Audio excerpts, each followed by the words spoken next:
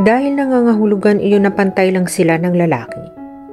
Wala siyang alam dito kahit isang puntos gaya sa nakagawian niya sa halos lahat ng lalaking nakilala niya.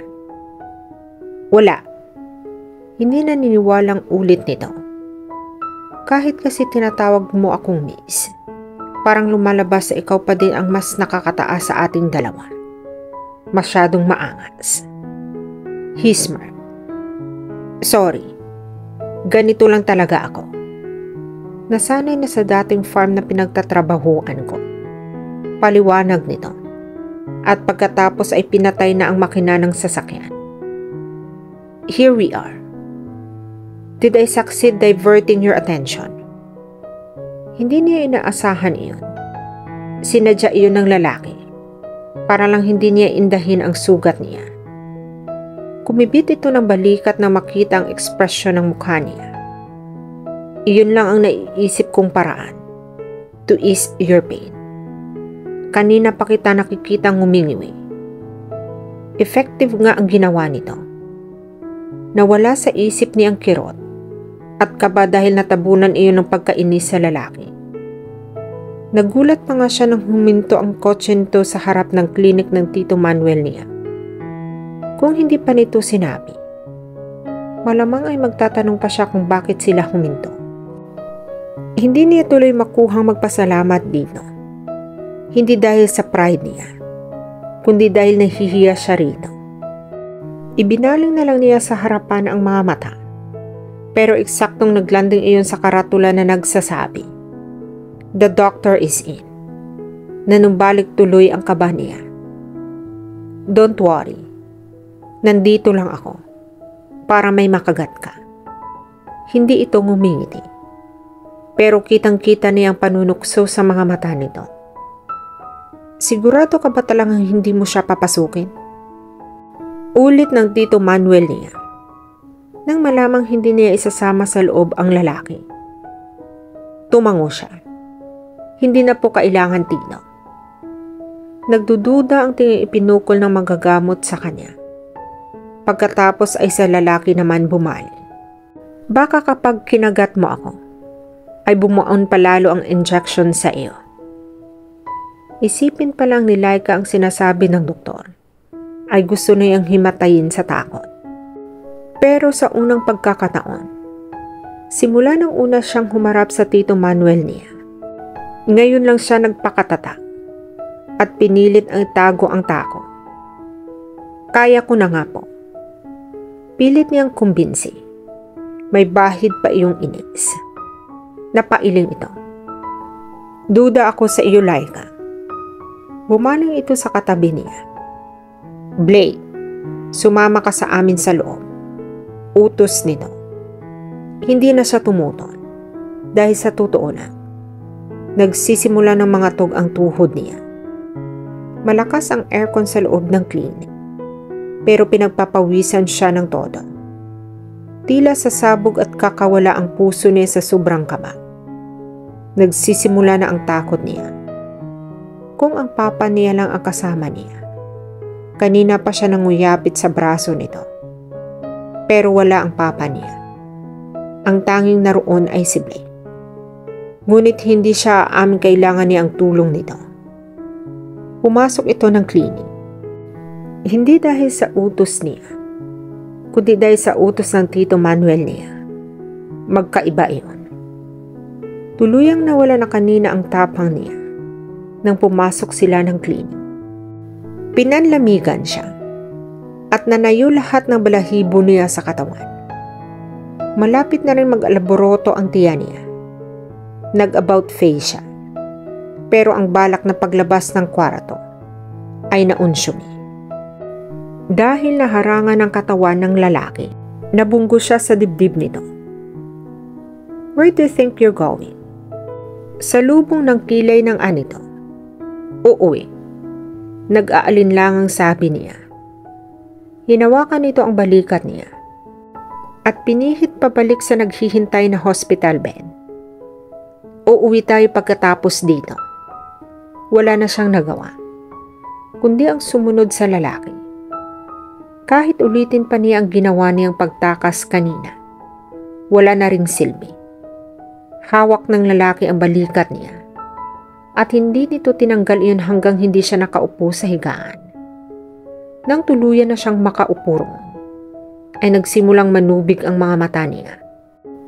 Iniisip pa lang niya na madadaitan na alien ng gunting, bulak na may gamot, at kung ano-ano pang gamit ng doktor ay maiiyak na siya. Kapag hindi niya nakayanan, ay baka umiyak na lang siya sa harap ng lalaki. Kahit labag sa loob, unti-unting nawala ang pride niya at inis sa lalaki. Hindi niya alam kung saan nagsimula ang takot niya sa pagpunta sa doktor o hospital. Ang alam niya, nakamulatan niya ang takot niya sa Tito Manuel niya. Pero kapag naman dumadalaw ito sa farm nila para makipagkwentuhan sa mga magulang niya, ay hindi maalis-alis sa tabi nito. Nagpanik siya nang tanggalin ng lalaki ang kamay nito sa balikat niya. Relax, masuyong sabi nito. Andito lang ako sa tabi mo. Hindi kita iiwan. Parang batang tumango siya. Tuluyan na rin tumulo ang luha niya nang lumapit ang Tito Manuel niya. Sa likuran nito ay ang assistant nito na may dalang mga pangangailangang gamit para sa paggamot sa kamay niya. Nilinis na ba ito ni Reyna? Tanong nito habang sinisipat ang nakabenda niyang kamay. Yes, Doc. Nalapatan na siya ng first aid. Si Blake na ang sumagot. Para kasing may namumuo sa lalamunan niya na pumipigil sa kanyang magsalita. Napapikit siya ng hawakan ng doktor ang sugatan niyang kamay at dahan-dahang inalis ang benda roon. Nang magtagumpay ito ay sinisipat-sipat nito ang sugat. Pumalatak ito. Wala ka pa ring pagbabago, Iya. Simula noon hanggang ngayon, mahilig ka pa rin sa gulo. Pero sa akin lang, takot ka na. Tumulo muli ang luha niya. Pexman talaga. Hindi na ako babalik pa dito. Pangako niya sa sarili. Isang pangako na hanggang ngayon ay hindi pa rin niya natutupad. Sana this time ay panindigan niya na iyon. Nang linungin ng doktor ang assistant nito, ay napapikit na siya. Mag-uumpisa na ang pagbitay sa kanya. Wait lang, Tito. Kahit naluluha ay mabilis pa rin nakapag-react si Laika nang makita nito ang injection na hawak ng doktor. Kailangan ba talaga iyan? Muli ay nakita ni Army ang takot sa mga mata ng babae. He wanted to comfort her. At the same time, to tease her. Sa lahat ng black belter na nakilala niya, ito lang ang takot sa doktor. Habang nakikita niyang dalagang umiiyak at mariing nakapikit ay parang gusto na niyang itaboy ang doktor at itakbo ito palabas ng klinik. He knew she could take care of herself because she was one tough and independent woman. But still, something inside him wanted to protect her. She could not help it. Kahit alam niyang posibleng tumanggi ang babae. You need this, Iha, para hindi mo maramdaman ang pagtahiko sa sugat mo. Nanlaki ang mga mata ni Laika. Tatahiin? Tumulo na naman ang luha nito. Pero Tito, parang batang ungot nito. Ano bang gusto mo? Maramdaman ang ilang beses na pagtusok ko sa sugat mo o isang beses lang ang tusok? Sandali itong nag-atubili. Pagkatapos ay parang batang sunod-sunod ang tulo ng luha nito. Yung isang beses lang po. He could no longer see the sensei Laika Fernandez. Ang nakikita niya ay isang babaeng buong tapang na hinaharap ang greatest fear nito. Kahit pa nagmumukha itong bata. Okay, close your eyes para matapos na ito. Sumunod ang dalaga. Pagkatapos ay mariing kinagat ang pang-ibabang labi. Na sa sobrang diin ay parang dudugo na iwan. Mas lalo ring humigpit ang pagkakahawak ng dalaga sa kanang braso niya.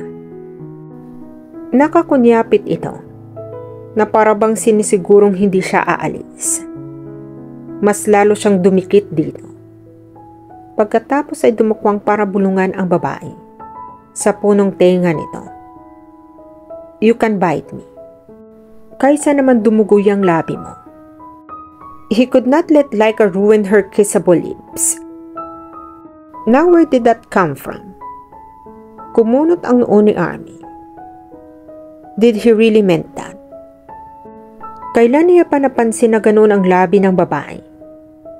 Sa sobrang pag-iisip, ay bahagya siyang pumitlang nang maramdaman ang ngipin ni Laika sa braso niya. Tila nang gigigil iyon. Nang tingnan niya ang mukha ng babae, ay puno pa rin iyon ng takot habang nakapikit. Naikuyom niya ang mga palad. Pinipigilan ang sariling punasan ang basang pisngi nito. Sa tanang buhay niya, bilang corporate spy, ngayon lang siya nakaramdam ng ganito para sa kaaway niya. And that's weird for him. Hoy Laika, lumabas ka na dyan. Nandito ka para magtrabaho. Hindi ka umuwi ng farm para magbakasyon. Sigaw ng Ate Reyna sa labas ng kwarto niya. Kanina pa siya gising. Nakikiramdam lang siya sa paligid. Particular sa labas ng silid. Alam niyang kanina pa nakahanda ang ate niya. Tapos na rin itong mag-almusal. Ang hindi siya sigurado ay kung nakalabas na ng bahay si Blake. Ito ang dahilan kung bakit hindi pa siya bumabangon. Hindi pa rin siya makaget over sa kahihiyan kahapon. Sino ang hindi mahihiya? Ang kapal ng mukha niyang balibagin ito. Pero sa injection lang at karayom ay tiklop na siya. Pagkaalis nila sa klinik kahapon, ay tahimik silang umuwi. Ipinagpasalamat niyang hindi na siya kinausap ng binata at hinayaan na lang siyang manahimik. Nang makarating sila ng bahay, ay itinuloy ng mga ito ang meeting at hinayaan siya ng mga kapatid na magpahinga.